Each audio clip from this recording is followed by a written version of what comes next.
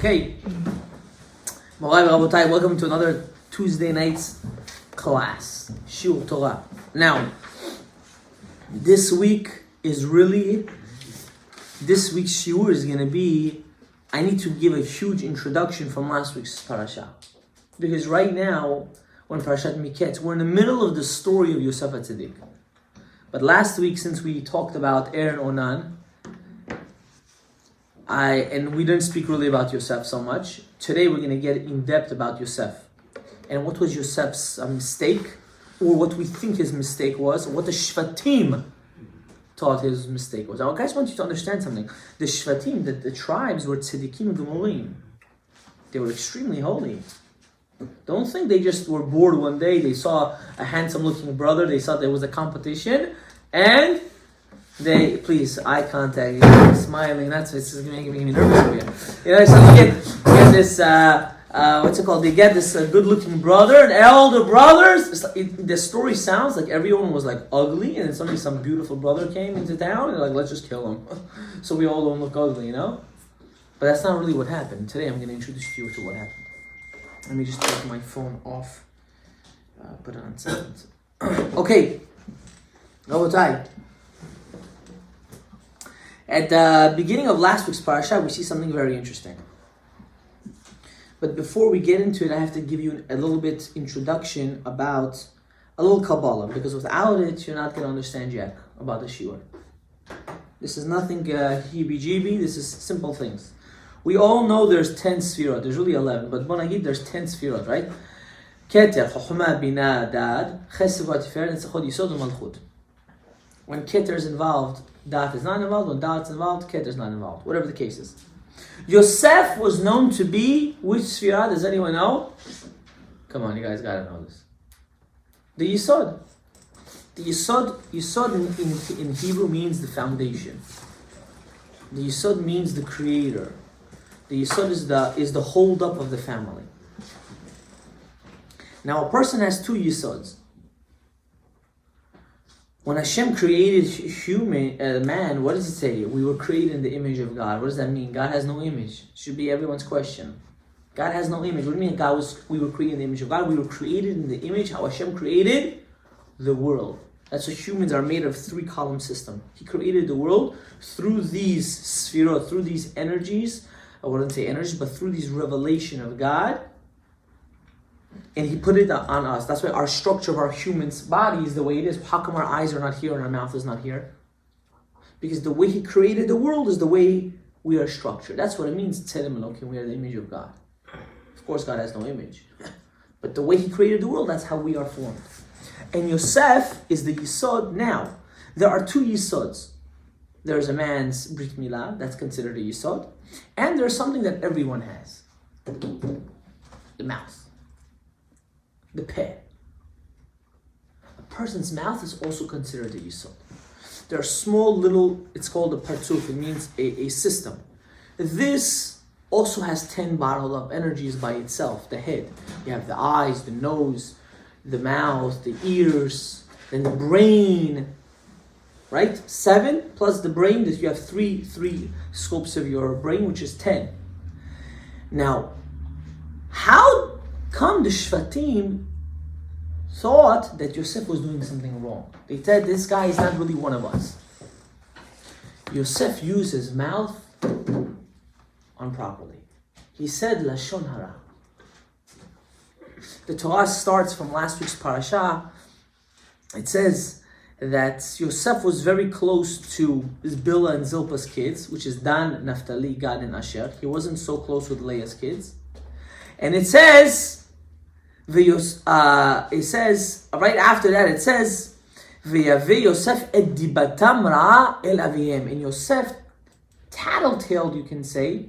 And Yosef tattletaled, he said Lashon hara about his brothers to who?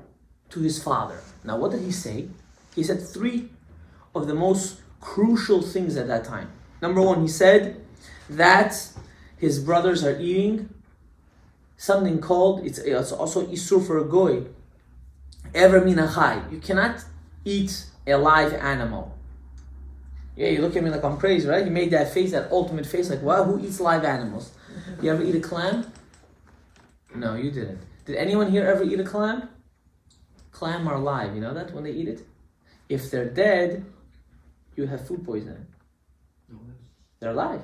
They have that heartbeat, dee, dee, dee, and they put the lime and the salt and they'll... Yeah! Or if you go to like one of these islands, they want to show off, they take the knife, they crack it, they say, eat it fresh, eat it fresh. And they make you go, and you eat it. You know, it's alive. Even a goy that eats it is chayav, according to the Torah. A goy, that's one of the sins. What did the Shvatim do? They didn't go down and eat clams, they didn't eat lobsters and stuff like that. What did they do? Yosef said that they used to take their goats and they used to cut off the foot of their goat. They used to patch it up. So the goat would have 3 feet now. And they would cook kebab it and they would eat it. That's one Lashon Hara, he said. Number 2, he said that the kids of Leah, that means Reuven, Shimon, Levi, Yehuda, Yisachar, and Zvulun were making fun of the other brothers. They used to say, you're from the maids, you're secondary, you're not the favorite, You just had to be, it happened to be that you were born too, you know what I mean? And the third Lashon Hara that he said was that he went to his father and he said, your sons, they're sleeping around. They're doing shtiyot with other women that are not their wives. They're chillers. And when the brothers heard that Yosef said Lashon Hara, you know what? Because it was untold. If you look at the whole Tanakh, it's amazing. If you go through it, you have so many questions. One second, before you come here, I have to just say this part. Esther Malka, did anyone ever tell Haman that she is Jewish? No one. No one! Yosef, did any of the brothers tell Yaakov Avinu that they sold Yosef? Did Yosef tell his father after when he saw? No. Oh, if you look through the Torah, there was no concept of Lashon Hara. Who speaks bad about people? Everyone kept their thoughts to themselves. Who gives me the right to talk about you? I know people, they go on a shidduch, they go on maybe 4 or 5 dates, even if they go out for a year. The guy can never find a date. Why? The girl, or the opposite. It could be also the opposite. The girl also can't find a date. Why? Because so much Lashon Hara, Motzi Shemra is going around the person. No one wants to even go out with them. Okay, it didn't work out between you two. How come the whole world, how come you have to expose your garbage outside? How come? Leave it to yourself. You don't need to expose people's garbages. If it's true or if it's not true. Just imagine how deep this concept of Lashon Hara is. So the Shvatim said, the 10 brothers, they said, this can't be. It can't be that he's holy. It can't be. He is a blemished child. You know what he is? You know what they thought he was? They thought he was like Esav and Ishmael. They said Avram and Yitzchak, our grandfathers, they also had one child that was, to the left. They said Yosef is that child. He's to the left. And look what happened. Because his mouth was impure, Yosef. You know what happened to him at the end of last week's parasha? He ended up in jail for 12 years. For 12 years he ended up in a jail. Now this is not air conditioner American jail. My friend just went to Rikers Island to light candles with the inmates there to give them good Hanukkah uplifting. I used to go, I don't go anymore. I just don't have time. And this jail, Rikers Island, is like a gift.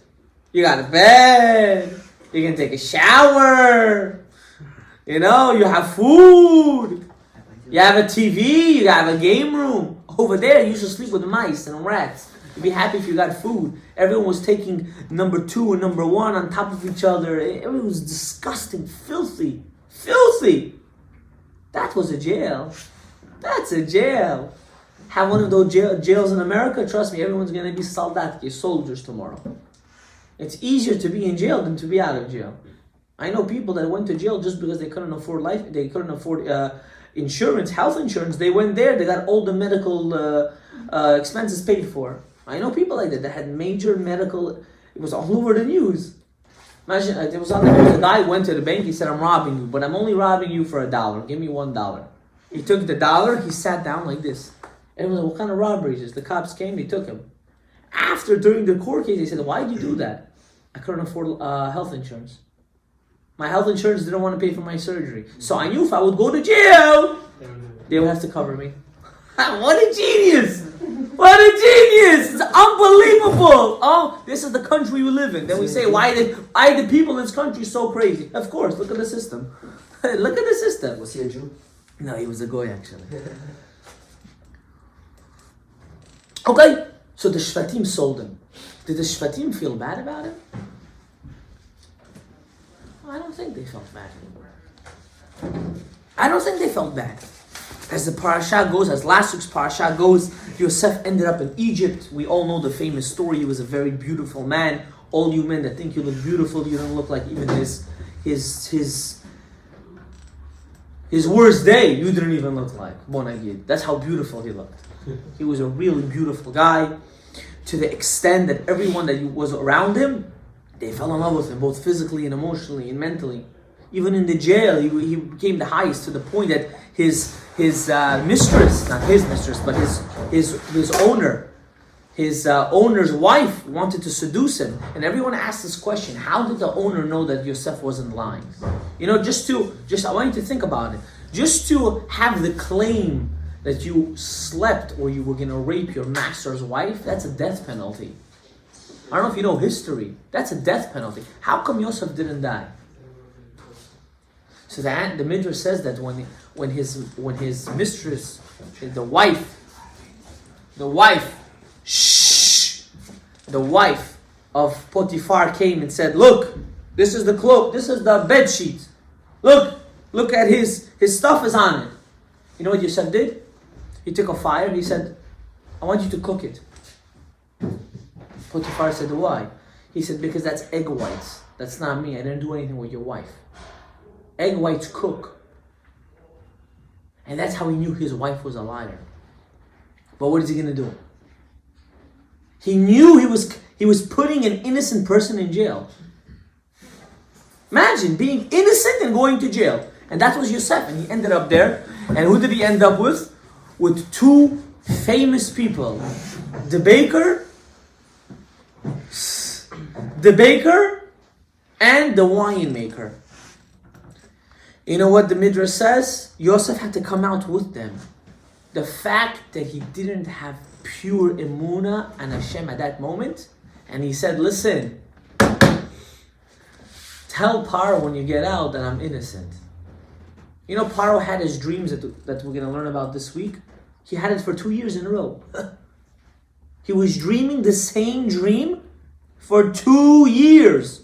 Rabbi Isai, I have girls that go to seminary, they call me, they used to come to my classes.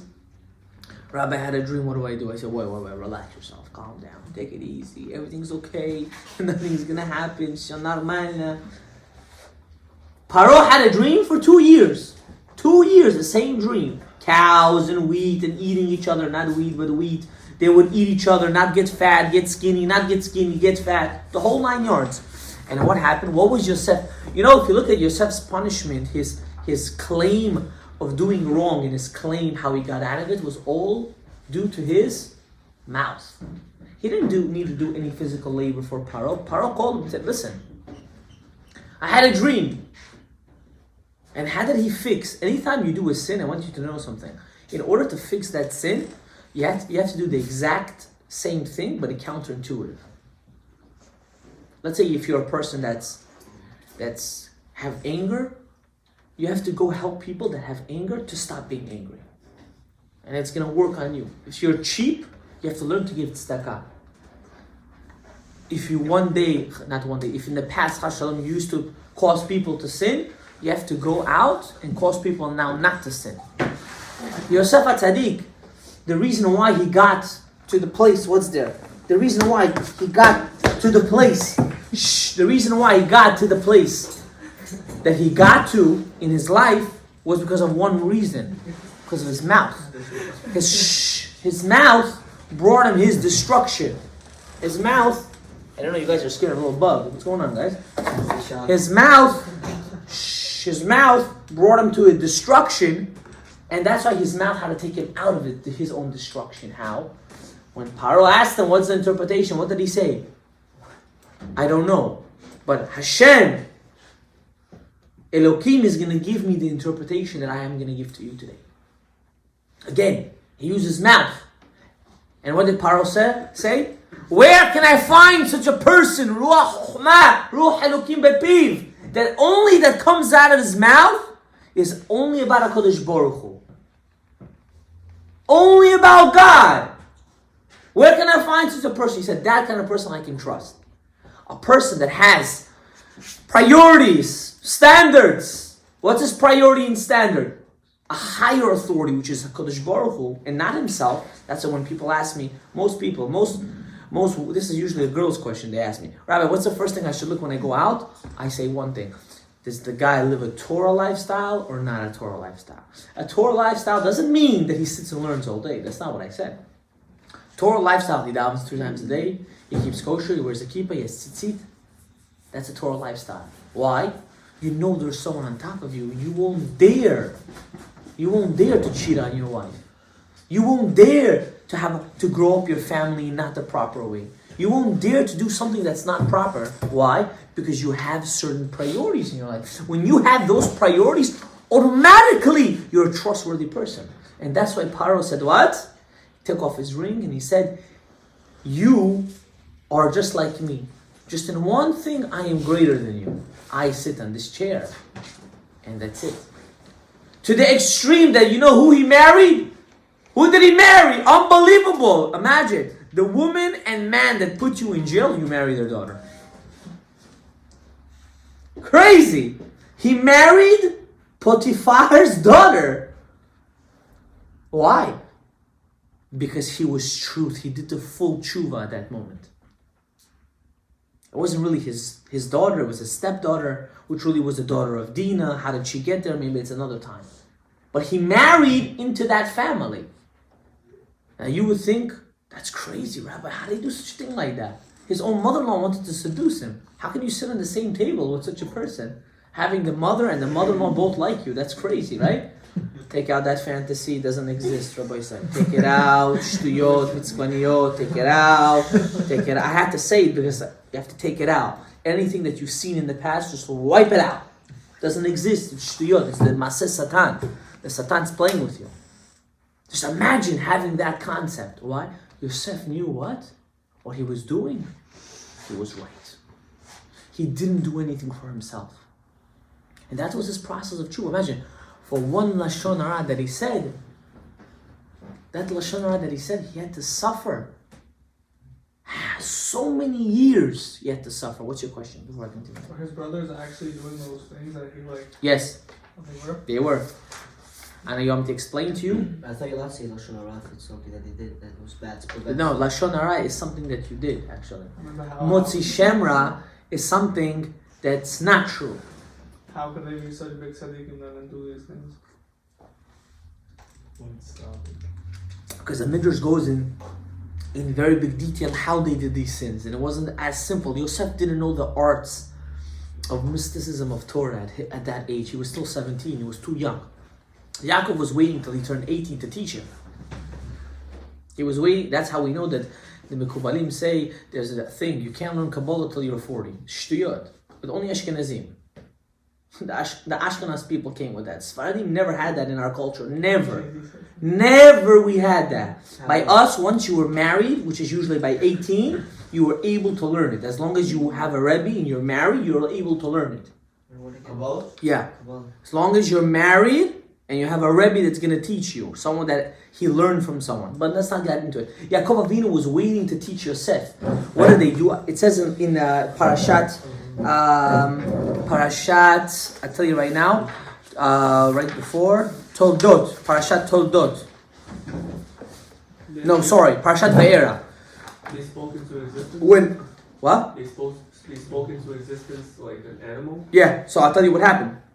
We see it happen in the past. Avram Avinu, how did he find for his guest? Tongue. You know how much, you have to shecht in a whole animal, just, to have a tongue for someone. You don't share tongues. And it's not like us, you go to the butcher shop and you just take a cow and you slaughter it and you sell it. No, each one, they used to cut a cow and they used to eat it for a month or two. Their livestock was their parnasah. This was their money. They didn't have money, monetary cash. Avram Avinu, he created 3 calves. And he slaughtered them and he gave each one a tongue. Yosef didn't know that the Shvatim knew this art. How to create things. It's called Sefer Yitzirah. It's a tradition that we got from Adam Rishon. Unbelievable. He didn't know. He didn't know that the women that they were with, they were mitgayer, they were all converted. He didn't know.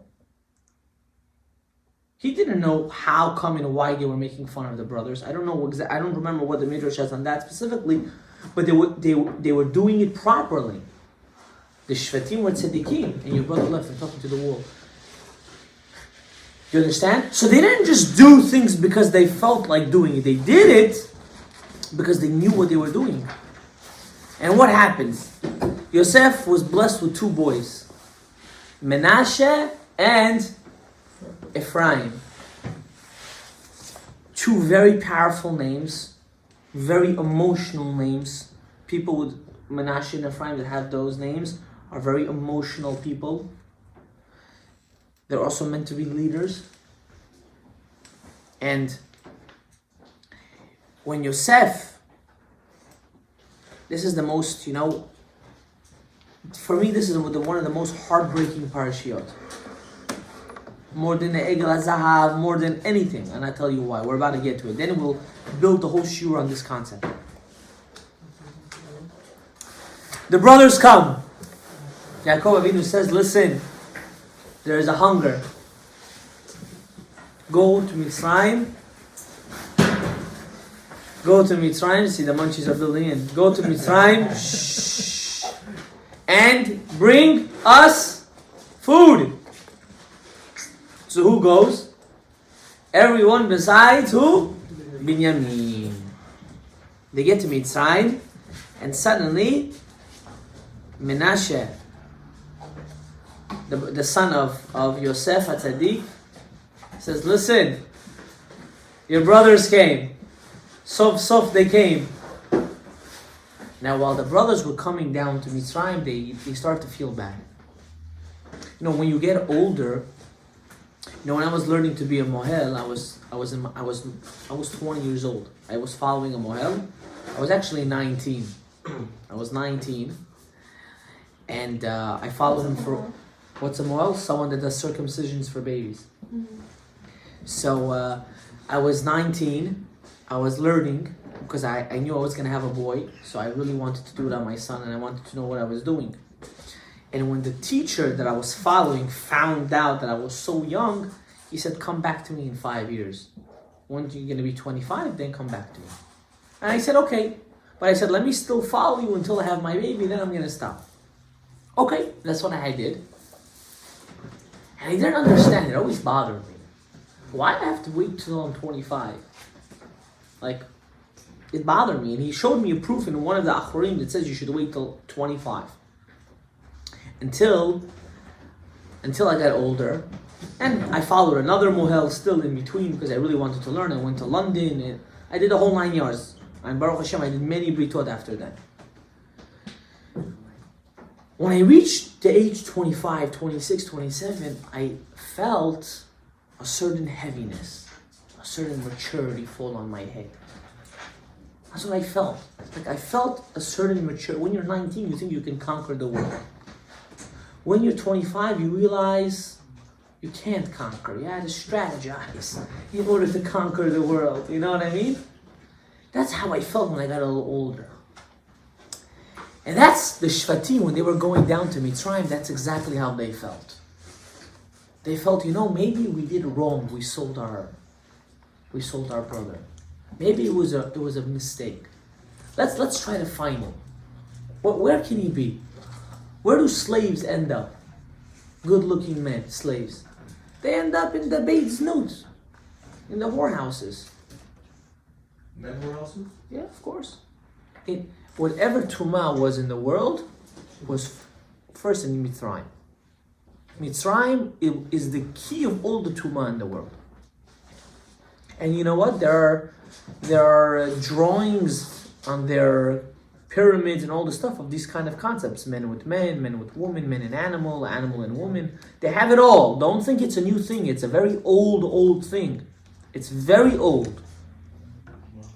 After the show, I'm going to enlighten you with some history. Your head is going to pop. All these things you can imagine, they already had it over there. So they said, we're all going to go different paths, and maybe we're going to find him, you know? He's our brother at the end of the day. Let's try to save him. They didn't know that they're going to walk into their brother's feet. Imagine such a gewaldige feeling. Suddenly, your brothers come. And what does the Torah say?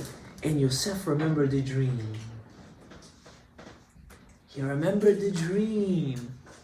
That's why it's very important when someone has a dream, don't blabber it out to anybody. Ever. The Gemara says the interpretation of the dream goes by the person that interprets it. That's why when you have friends and you say, you know, I had a crazy dream last night and ushol. Oh, it means this, it means that. You just ruined it. Did you say the dreams don't mean anything? They don't. Be'emet, most 99% of dreams nowadays don't mean anything. But sometimes if you have a dream, you can ask a sheila, but don't go to your friends with such things. You go to a Talmid Chacham, or you go to, you know, someone that you trust, someone you can rely on. If you had a scary dream, there are things what you can do to take it out. Dreams are still true, but you have to know which, what, and so on and so forth. Okay, let's continue. Yosef remembered the dream. What was the dream? That his brothers were bowing down to him. And he said, I'm going to take advantage of the moment.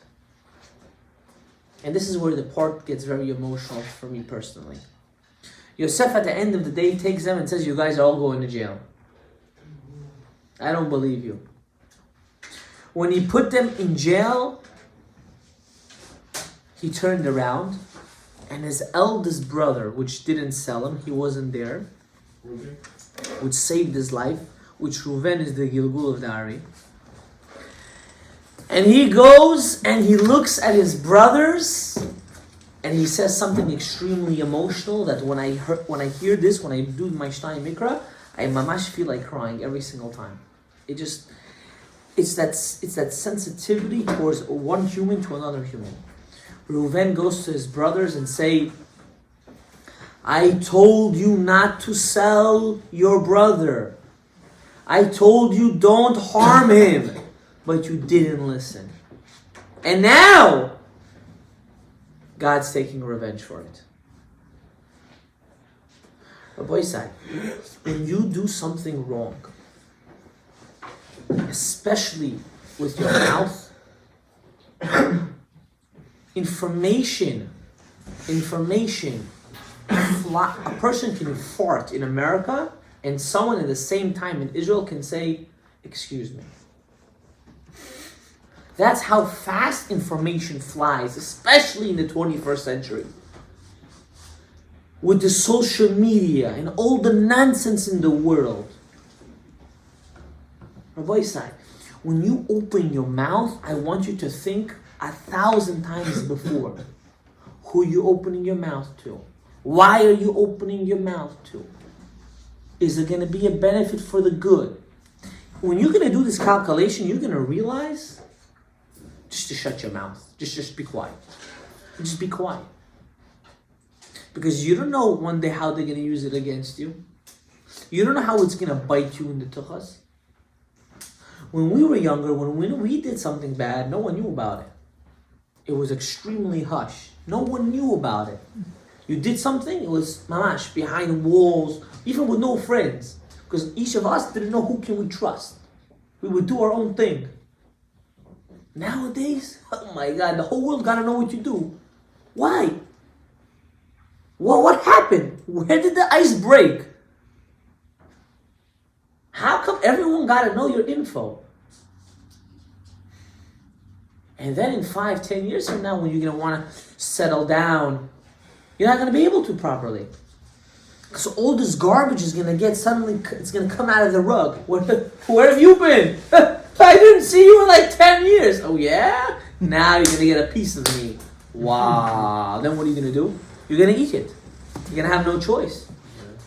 So a person has to think before what comes out. And especially if you're a woman. Especially if you're a woman. 1,000,000 times over. Why? Because HaKadosh Baruch Hu created women to be very dramatic and very talkative. This is their teva. HaKadosh Baruch Hu created them like this. So she didn't just see a mouse. She saw 15 mice.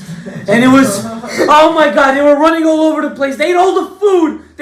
No, the mouse just peeked into the door. She saw it and ran away. How did from one small mice come out to be 15 mice? How? The dimyon, the imagination is phenomenal. You can create a whole, series of movies just from one glimpse of an imagination. And do you want to go through the process of Yosef HaTzadik? Do you want to go through all that pain? You know how much it hurt him every time he saw his brothers and he couldn't tell them? You know how many times he wanted to tell his brothers? You know how many times he hinted it out to his brothers? He wanted to. How long were they in jail for? He was in jail Then. for a very short time. Why couldn't he tell them? He couldn't tell them. He was waiting for his brother. He was waiting for Binyamin. He wanted to see Binyamin. Did you recognize him? He wanted his dreams to come true. No one recognized him. Because when he left, he had nice hair and he didn't have a beard yet. The Gemara says he was not so hairy. He didn't have any facial hair. Suddenly they got to Egypt and they see a man. It's like, where did you come from? Like, who are you? And he said to them, he looked at them, the Midrash says. They looked at him like, what are you looking at? Like, who are you? Who are you? Who really was it? Yosef, your own brother, your own blood, your own flesh and blood. To the extent that he convinced, again, he used his mouth. He convinced them to bring who? Binyamin. Where was he home? He was home with his father. Kivud Avayim. His father loved Rachel so much that when Yosef was not there anymore, he got that love that he was getting, that he used to give to Yosef, he gave it to Binyamin. You have to understand something. They didn't give justice to him. No, because they learned their mistake. You know, when a child fights with a child, when you and your siblings fight, you don't understand how your parents feel at that moment. They hate it. You know when you're gonna feel it? You have kids. When you have your own kids. Suddenly you see your own 2 kids fighting, it's gonna eat you out. Like, why are you guys fighting? Like, what's wrong with you? Fighting over something so dumb. And they don't just fight. Suddenly they start cursing. They start punching and hitting. Like, what? For what? A toy? Is that like what's wrong with you? And it hurts you as a parent.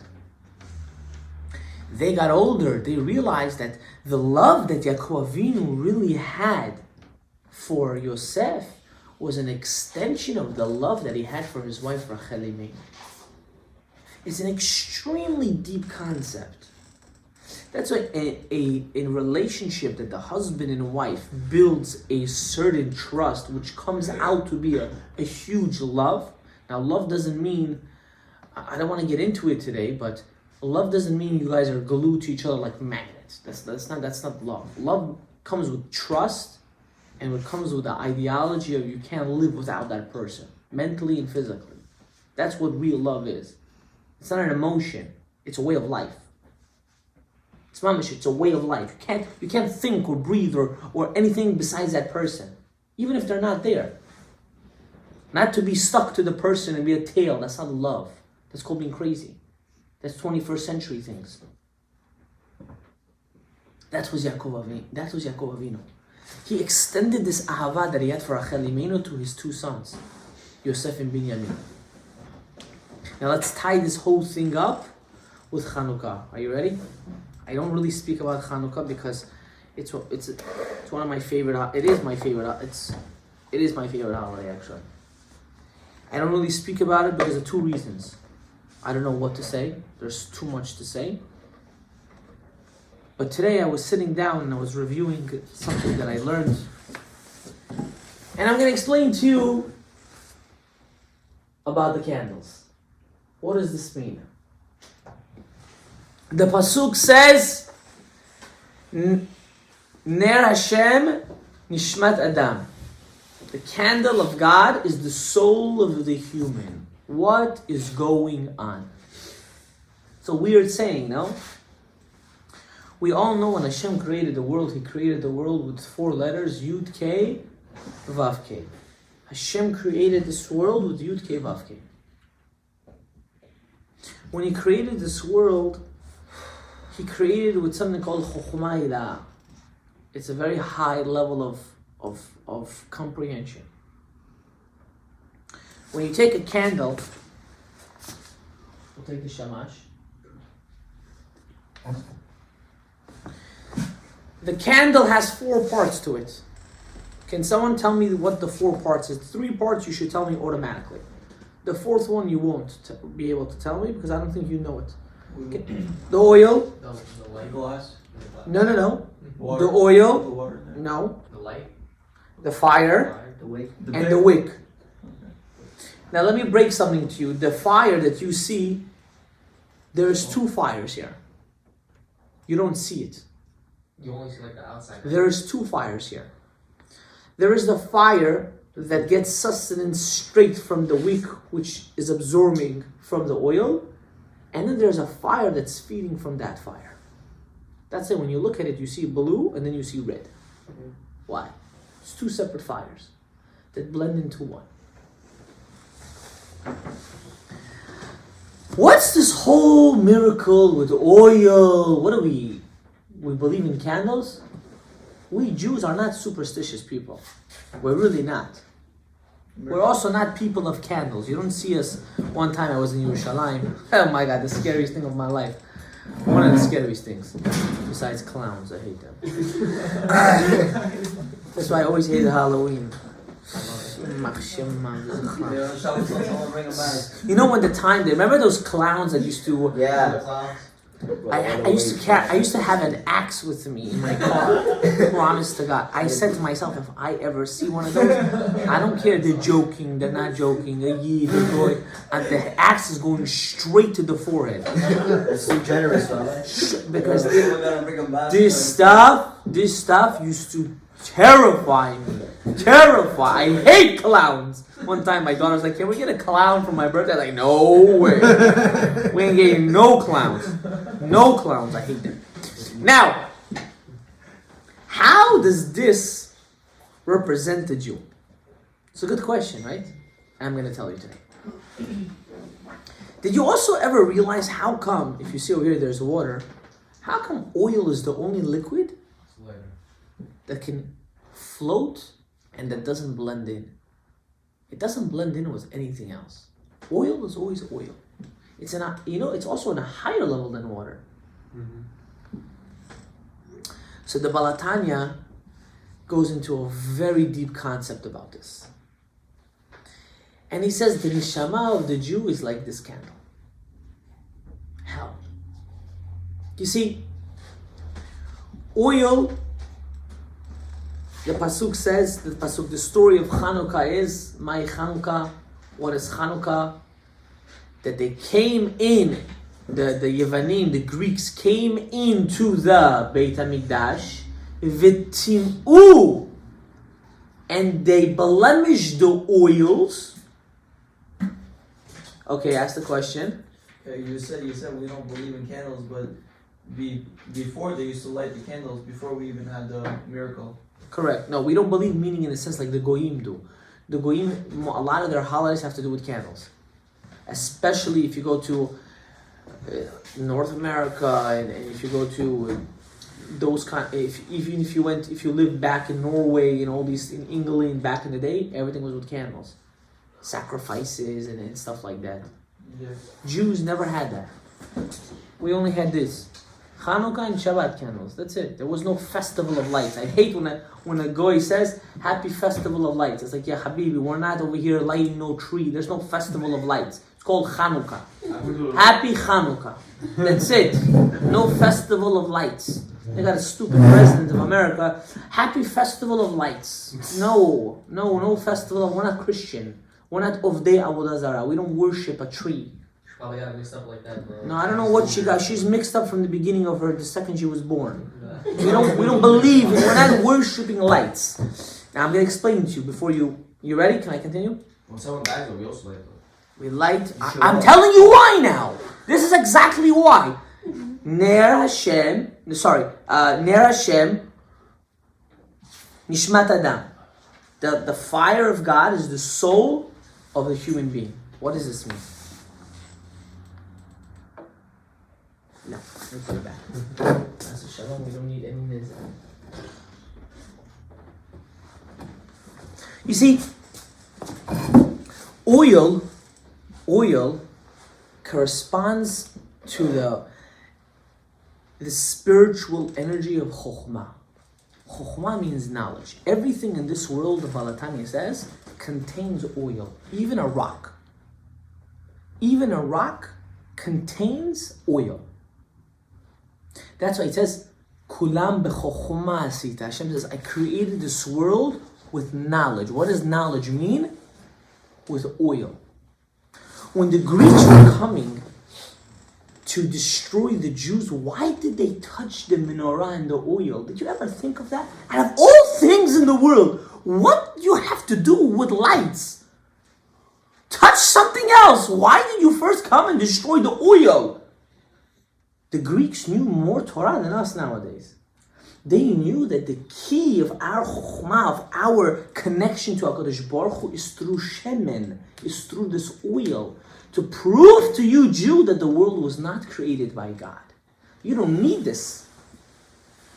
What is the wick? The wick is like a vav. The 6 midot, how we serve HaKadosh Baruch Hu. We serve HaKadosh Baruch Hu with kindness, with strength,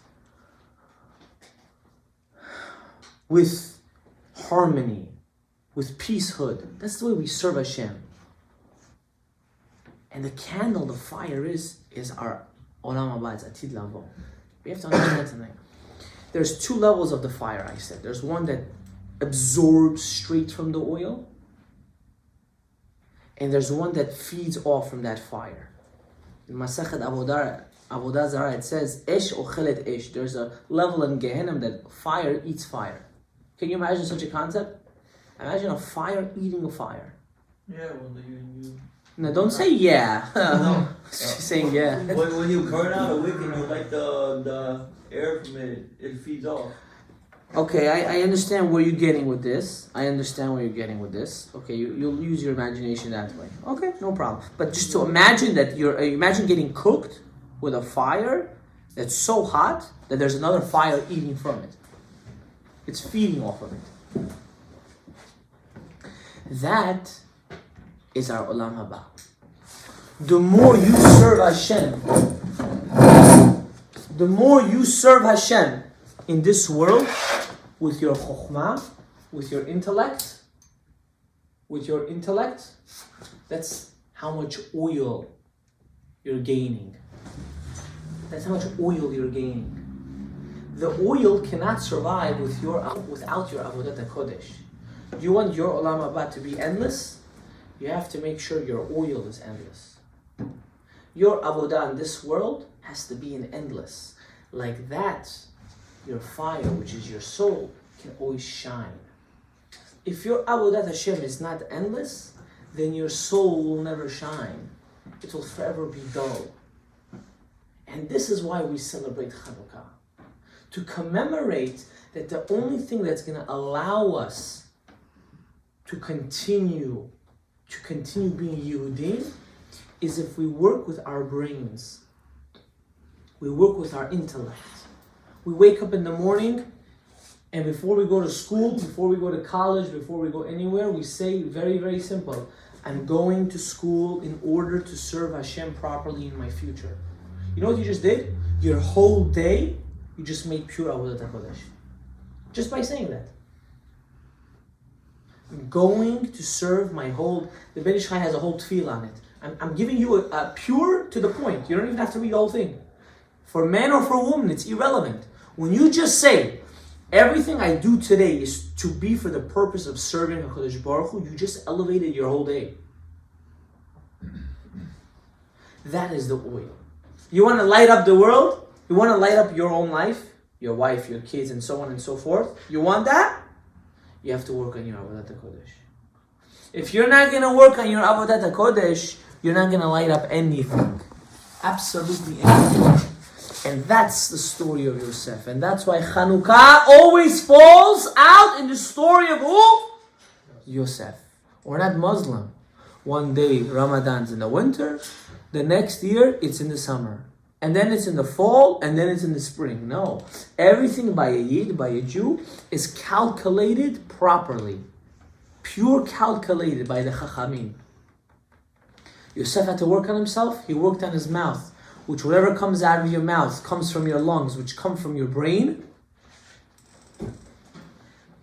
Same too to the light. The shemen. You want to gain chokhmah? You watch your mouth. The Pirkei Avot says, Siyag lechokhmah shtika. You want knowledge? You want to be the top of the world? Shut your mouth. Shut it. You're in a place that you have a comment to say. There are elderly people there. Until you're not asked to give your opinion, keep your opinion to yourself. And automatically you'll see how you'll gain the respect of people. Because they know you know your place. You're a smart dude. Then you will be able to serve Hashem properly and be like that light. And that's why we light the Chanukah candles. To light up ourselves. And that's why we light it when someone passes away. Because we're trying to say that the same way how he did his Avodat HaKodesh and his Neshama was lit, may we light to commemorate that he should still be alive. It goes into in depth. I forgot which Chacham says this. They say, let's say you can't make it to someone's grave. If he was a tzaddik, if you light a candle, it's like you're actually there. Wow. Let's say it's some rabbi's yard side or a grandparent, you can't make it. Light the candle, say some Pirkei Tehillim. It's like you're right now in front of the gravesite. How? The fact that you said Leilu Nishmat or Lezecha and you said his name, you just draw down his energy to that candle. Why? Because our neshama is like a candle. Our Avodat Hashem to HaKadosh Baruch Hu has to be like the fire, which is only can survive with the oil and the wick. Don't look for shortcuts in life. You'll never get it. A person that looks for a shortcut at the end will pay for it in the long run. So before the next time you do something, think twice. Be that proper Yosef. Before you go on a shidduch, I give you a small story. I know this firsthand. I know a guy. Someone was going to someone's house for a shidduch. The guy and the girl, they knew each other, and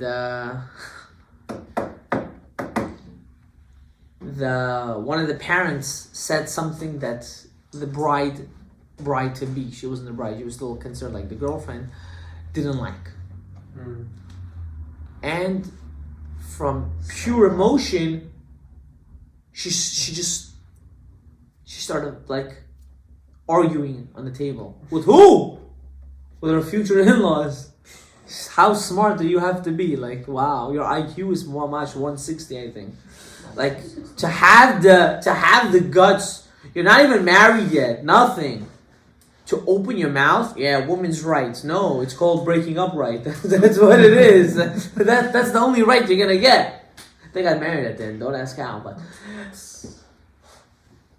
but the guy told me that was a ikuv. That fact that she did that postponed our relationship by a big amount of time. Because at certain circumstances, you have to understand to take your emotions and to put it aside. You have to look at the bigger picture. The bigger picture right now is, how do I move a little closer to my goal? Not how do I do something that I think I'm moving closer, but in fact, I just pushed the whole game for another year and a half longer. So before you do something, think twice. And with this, we're going to finish. I wish you a very, very happy and uplifting Chanukah. Hey. Chanukah is the only holiday that we're not obligated to do a meal. Every other holiday we have, we're obligated to do a meal, even Purim. And the reason is because the holiday didn't finish. The holiday has been going on for over 2,000 years. The ideology of the Greeks is still alive. The Olympics, the football game, is still alive.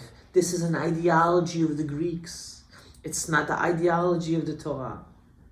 The ideology of universities, the ideology of openness and philosophy and all these stuff is the ideology of who is the source of all this? The Greeks, the Yevanim. We here have to fight it. We have to fight it, and it's very easy. Don't think it's hard to fight it. It's not hard to fight it. It just takes 1 second. You know what it is? Dedication. Dedication to who? To HaKadosh Baruch Hu. When you go and live your life and say, I'm devoting my life to God, and I'm going to work on myself slowly, not say it's going to take me 10 years to be tzanua. Rabbi, I'm working on myself. You're the same thing for the past 10 years. No, I'm working on me. You're not working on yourself. To work on your avodat HaKodesh. To work on the way how you are outside. Like this, you're going to gain more. And that's the message of Chanukah. To pick yourself up. To watch your mouth. Baruch Adonai Le'olam. Amen.